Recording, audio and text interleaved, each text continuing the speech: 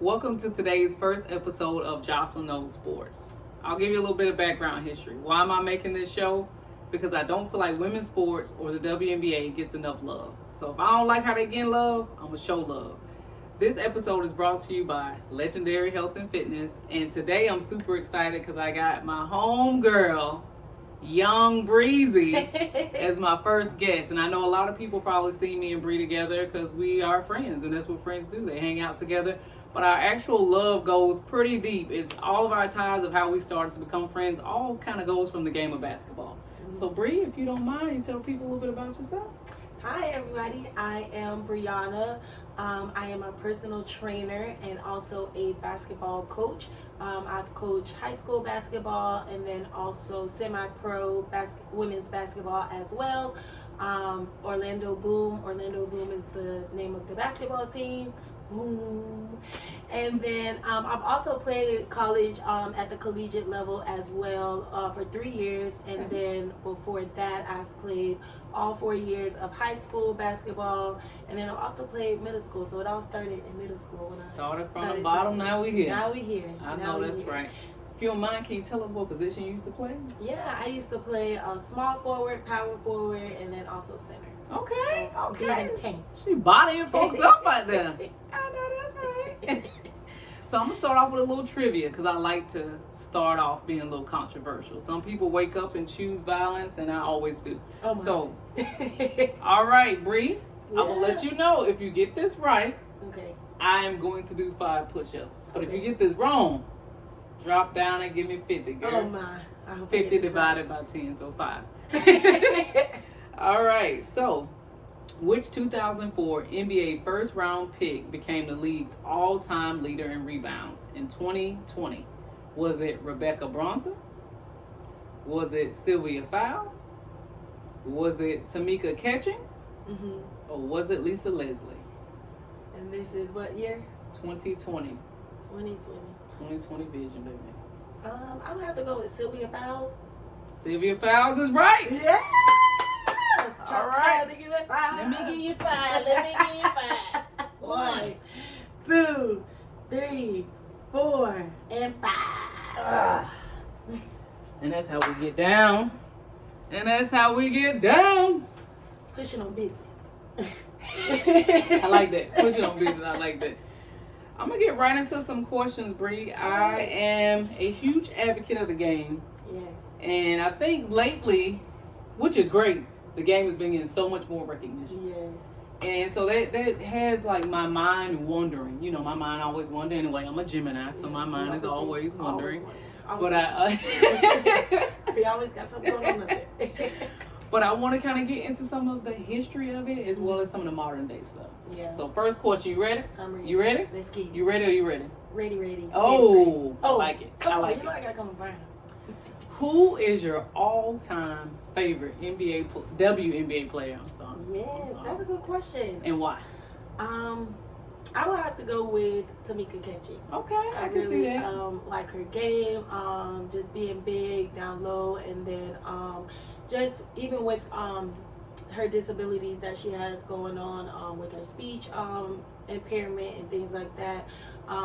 She still overachieved. She got a championship. She true goat of the game. MVP. And then she's an advocate for things outside of the WNBA as well. So I think she's just an all-around great player and made a huge impact on the women's game. I would say great person too. Yeah, great person. Yeah. Okay. So I got a follow-up to that. Mm-hmm. Who is your current favorite WNBA player and why? I already know the answer to this. Yeah, I wish I had my Las Vegas shirt on right now. I knew my it was coming. It is Asia Wilson. I knew it. Fellow Gamecock. I love South Carolina. Hey, so, I love Asia Wilson. I was and that's how I actually got to really engage and become more I want to say in tune with how South Carolina team is and just the coaches of Dawn Staley with the team, because I feel like she's just a great player. She's one of the first ones I think that really helped Dawn establish that program. Mm-hmm. So I agree. Yeah. All right, now we're getting a little bit more controversial. All right. Caitlin Clark. I call her CC. I call her CC. She done. So, it's been many WNBA veterans speaking out on my girl CC. Good and bad. Yeah. Why do you think the veterans speaking on her in a way that some would call it hate? Yeah. It's giving hater. It's very giving big hater. So why do you think some of them are coming at my girl CC like that? I don't really get it. I don't get it either. I think Caitlin Clark is a great basketball player. Definitely made a huge impact into the women's game. So the only thing I can maybe think of is the crazy shots that she may throw up, like sometimes. Because even me, I'm like, when I watch her play, I'm just like, bad shot. She really took that shot. She really took that shot, like right there from half court. Like you're only a couple feet from half court. So I think it's just the different styles of play that the girls are bringing into the WNBA now. That may have some of the OG players be like, okay. What are the fundamentals of right, it? We're not used to this. We're used to, just keeping, like you said, the fundamentals of it. And so, but they're bringing something new, something fresh into the game. And so, that's the only thing I could think of, maybe the crazy shot she put up. Other than that, I think she brings the crowd. She brings the energy. Also, maybe a complaint that the money. Also, maybe another complaint is, it's petty because all of the players complain about, refs and the calls, and it's a lot of times I've heard just through social media she cries about the calls too much or something like that. But I mean, they all cry about the calls. Right, that's what I say. Every player cry. What player doesn't cry about the calls? I agree. I think that's a hot take. Just something different. But I feel like that's life. Yeah. Right, the evolution of the game. I think WNBA started like 95, 96. I could be off a year. We in 2024. The game should be different. Yeah. Right. That's just life. Life is about evolution. So yeah, I agree. All right, now this is where it gets a little fun, right? So this WNBA draft class was like no other. No other. From the shots they've taken, from the media attention that they've gotten, to the bad boss outfits they be rocking. Yeah, them outfits that they slay. Oh my god, they slay. Yeah, they slay. If any one of y'all got an endorsement deal and y'all want to throw me something, throwing that out there. Rakia, I'm talking to you. You know how I feel about you. But okay. Who do you have being your WNBA Rookie of the Year this year, and why? Oh, it's a crazy class. It is a crazy class. I have a top. Tread lightly now, because I'm invested in one of them. Yeah, and the one you invested in is my pick. So Rakia, I think Rakia Jackson. Rakia, can you do something for me? I think she is going to be the WNBA Rookie of the Year. She actually plays tonight, so I'm excited to see I'm excited. What she brings to the court, what she brings to her team. So Rakia Jackson, I think, will be the Rookie of the Year. I feel like she got a good chance. Yeah. So WNBA, if you listen out there, can we stream more of the preseason games, not just the Caitlin Clark ones? Oh, we want to watch them all. They didn't even really showing the links in the Chicago Sky game. And Angel Reese put up some numbers last night. Yeah, she did. But we digress. But if y'all heard us, play more games. And post it on social media. Hello. Okay, moving on to the next question. What do you think is a more immediate need for the WNBA right now? Expansion, more teams, more cities, pay increase for the ladies, because it's been very publicized that they're not getting paid enough, which is crazy because they haven't been getting paid enough for years. But this year it matters a little bit more. I'll take it. Better marketing strategy. I think ESPN, I do have a dog invested in the fight, but I do think they have done a better job with marketing women's sports this year. Definitely. Should they put more emphasis on it as a whole? Not just, I would say they put more into the women's college basketball tournament than I saw them put into the WNBA when the season is like right across the street. And I'm like, that helps, but at the same time, all these ladies are moving on to the WNBA, so you need to have that same buzz behind them. So just to recap, do you think it's more about expanding the cities, like more teams? That means more players will play. Right. Do you think it's about the money?